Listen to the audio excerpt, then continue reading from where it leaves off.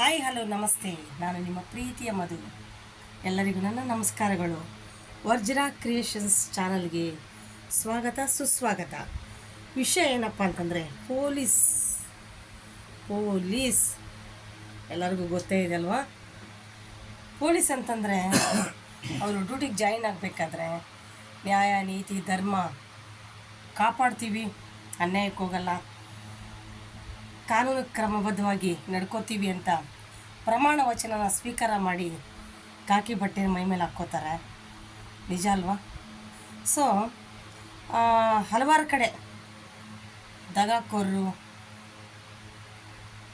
ಲಂಚ ತಿನ್ನೋದು, ಅನ್ಯಾಯಕ್ಕೆ ಮೋಸಕ್ಕೆ ದುಡ್ಡು ತಗೊಳ್ಳೋದು ತುಂಬಾ ನಡೀತಿದೆ. ತುಂಬ ಹಲವಾರು ಕಡೆ ಏನಂತಾರೆ, ಪೊಲೀಸರಂದರೆ ಕೆಟ್ಟ ಮಾತುಗಳಲ್ಲಿ ಬೈತಾರೆ, ಕೆಟ್ಟ ಪದಗಳಲ್ಲಿ. ಕಾರಣ ಏನಪ್ಪ ಅಂತಂದರೆ ಲಂಚ, ಅನ್ಯಾಯಕ್ಕೆ ಮೋಸಕ್ಕೆ ದುಡ್ಡು ತಗೊಳ್ಳೋದು. ದಯವಿಟ್ಟು ಬಿಡಿ.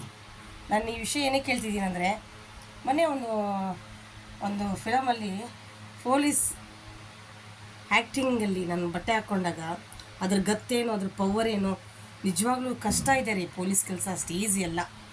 ಇಡೀ ಮೈಸೂರೇ ಸುತ್ತಾಕಿದ್ವಿ ನಾವು, ರಿಯಲ್ ಪೊಲೀಸ್ ಅಂದ್ಕೊಂಡು ಎಲ್ಲರೂ ನೋಡ್ತಾರೆ, ಗೌರವ ಕೊಡ್ತಾರೆ. ನಿಜವಾಗ್ಲೂ ಒಂದು ಕಡೆ ಖುಷಿನೂ ಆಗುತ್ತೆ ಪೊಲೀಸ್ ಅಂದರೆ.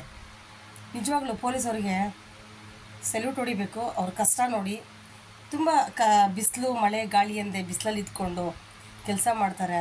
ಬಟ್ ಅಂಥ ಕೆಲಸಕ್ಕೆ ಕಳಂಕ ಯಾಕೆ ತರ್ತೀರಾ? ಎಲ್ಲರಿಗೂ ಹೇಳ್ತಿಲ್ಲ, ಕೆಲವ್ರಿಗೆ ಮಾತ್ರ ಯಾರು ಲಂಚ ತಿಂತಾರೆ, ಕಾನೂನಿಗೆ ಯಾರು ಮಸಿ ಬೆಳೀತಿದ್ದಾರೆ. ದಯವಿಟ್ಟು ತಾವೆಲ್ಲ ಬದಲಾಗಿ ಒಳ್ಳೆಯವರಾಗಿ. ಮನೇಲಿ ನಿಮಗೆ ಗೊತ್ತಿದೆ, ಒಂದು ದೊಡ್ಡ ಆಫೀಸರ್ ಮೇಡಮು, ಲೇಡಿ ಪೊಲೀಸು ಲಂಚ ತಿಂದು ಎಮ್ಮಂದು ಚರಿತ್ರೆನೇ ಬೆಳಕಿಗೆ ಬಂದಿದೆ. ಆ ಕಚ್ಚಡ ಕೆಲಸ ಯಾರೂ ಮಾಡಬೇಡಿ.